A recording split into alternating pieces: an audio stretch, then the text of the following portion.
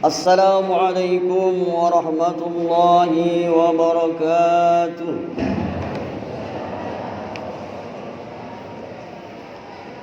الله أكبر الله أكبر الله أكبر الله أكبر الله أكبر الله أكبر الله أكبر كبيرا والحمد لله كثيرا وسبحان الله بكرة وأصيلا.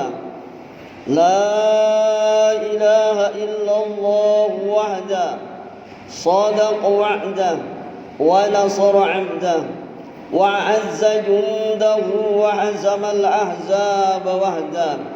لا إله إلا الله ولا نعبد إلا إياه مخلصين له الدين ولو كره الكافرون ولو كره المشركون ولو كره المنافقون. الحمد لله الذي جعل رمضان شهر الصيام للمؤمنين وجعل عيد الفطر سيافته للصائم وفرحة للمتقين.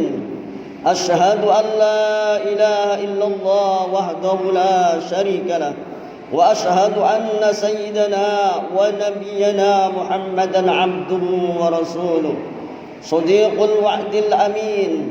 اللهم صل وسلم وبارك على سيدنا وعلى آله وأصحابه الكرام وسلم تسليما كثيرا كبيرا. أما بعد فيا أيها الحاضرون والحاضرات أوصيكم وإياي بتقوى الله وطاعته لعلكم تفلحون. Hadirin hadirat jamaah salat Id rahimakumullah akramakumullah yang dimuliakan Allah Subhanahu wa taala. Marilah kita bersama-sama meningkatkan kualitas yaitu nilai keimanan serta ketakwaan kita kepada Allah Subhanahu wa taala, yakni takwa yang sebenar-benarnya, al-imtithalul awamiri wajtinabul nawahi, menjalankan semua perintah Allah dan menjauhi segala larangannya.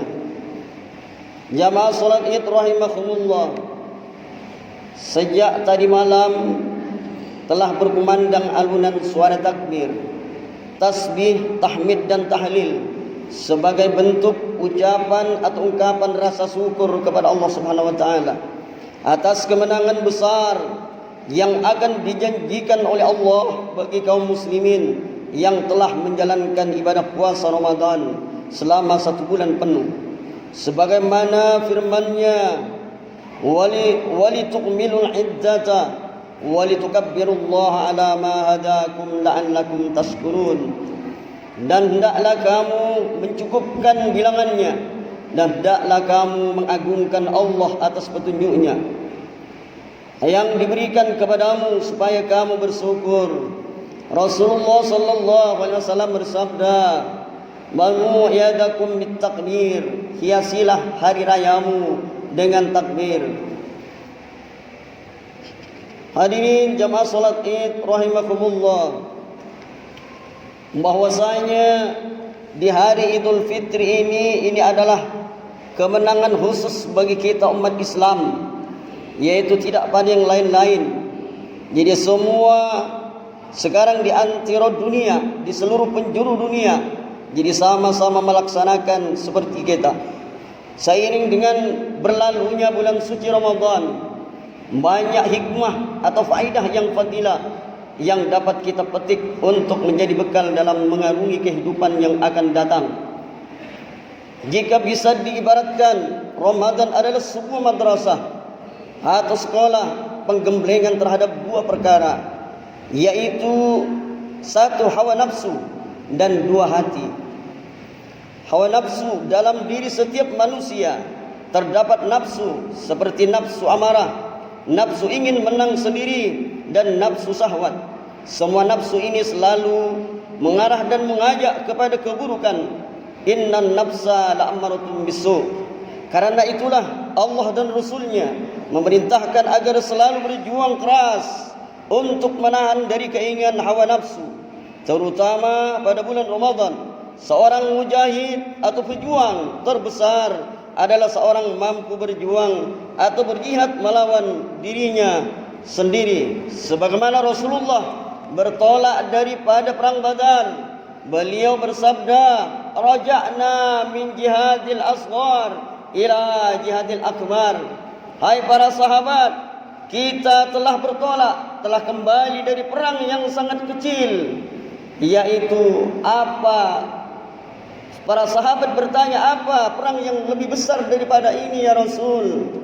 Padahal waktu itu tentara umat Islam banyak meninggal, termasuk pamannya Rasulullah yang mulia, yaitu Sayyidina Hamzah. Jadi kata Rasulullah menyampaikan sabdanya, yaitu jihadun nafsi, yaitu perang melawan hawa nafsu. Sebenarnya nafsu ini hanya satu, tetapi ia dapat bersifat amarah, bersifat lawamah, dan terakhir dapat meningkatkan kepada mutmainnah. Mutmainnah inilah merupakan puncak kesempurnaan dan kebaikan nafsu insani.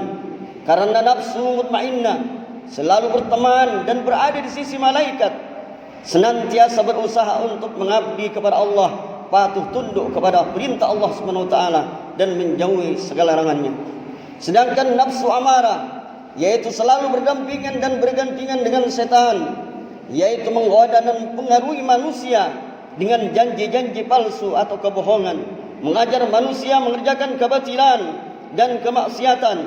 Nafsu amarah merupakan nafsu yang menjadi penghalang bagi nafsu mutmainnah untuk mencapai tingkat kesempurnaan. Begitulah seterusnya, bahwa dalam kehidupan kita ada nafsu yang selalu berlawanan. Imam Ghazali rahmatullahi alaihi mengatakan bahwa pada diri manusia terdapat 4 sifat. 3 sifat berpotensi untuk mencelakakan manusia, 1 sifat berpotensi mengantarkan manusia menuju pintu kebahagiaan, yaitu ridhanya Allah Subhanahu wa taala. Yang pertama sifat kebinatangan bahimah, yaitu tanda-tandanya menghalalkan segala cara untuk mencapai tujuan tanpa rasa malu dan mempedulikan penderitaan orang lain. Yang kedua sifat puas, yaitu safu'ah, tanda-tandanya banyaknya kezaliman dan sedikit keadilan. Yang kuat selalu menang, sedangkan yang lemah selalu kalah meskipun benar.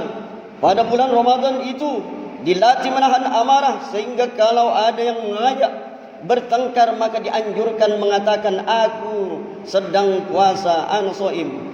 Ketiga sifat syaitaniyah, yaitu tanda-tandanya mempertahankan hawa nafsu yang menjatuhkan martabat manusia ke jurang kemalapetaka.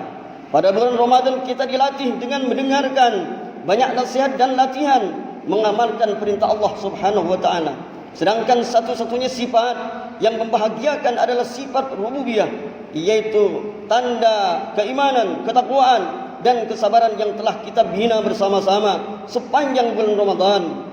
Orang yang dapat dengan baik mengoptimalkan sifat rububiyah, yaitu sifat pengabdian kepada Allah dalam jiwanya, niscaya dalam kehidupannya disinari oleh cahaya Al-Quran, perilakunya dihiasi budi pekerti yang luhur, yang baik dan sentosa. Hadirin jamaah salat Jumat rahimakumullah. Yang kedua yaitu hati. Hati ini adalah sumber dari segala gerak-gerik manusia. Karena sebagian ulama mengatakan hati ini diibaratkan satu telaga. Maka apabila telaga ini ingin baik, ingin bagus, ingin jernih, ingin suci airnya, maka harus bisa mampu mengalirkan dari telaga tadi. Tetapi sebaliknya, apabila telaga hadirin tertutup, dia dialiri dari air-air yang kotor, maka hatinya akan menjadi kotor. Innal ladzina kafaru sawa'un 'alaihim a anzartahum am lam tunzirhum la yu'minun. Khatamallahu ala qulubihim wa ala sam'ihim wa ala absarihim ghishawah wa lahum adzabun adzim. Sesungguhnya orang-orang kafir sama saja bagi mereka. Kamu beri peringatan atau tidak kamu beri peringatan, mereka tidak akan beriman. Allah telah mengunci hati mereka dan pendengaran mereka, dan penglihatan mereka ditutup, dan bagi mereka siksa yang amat besar.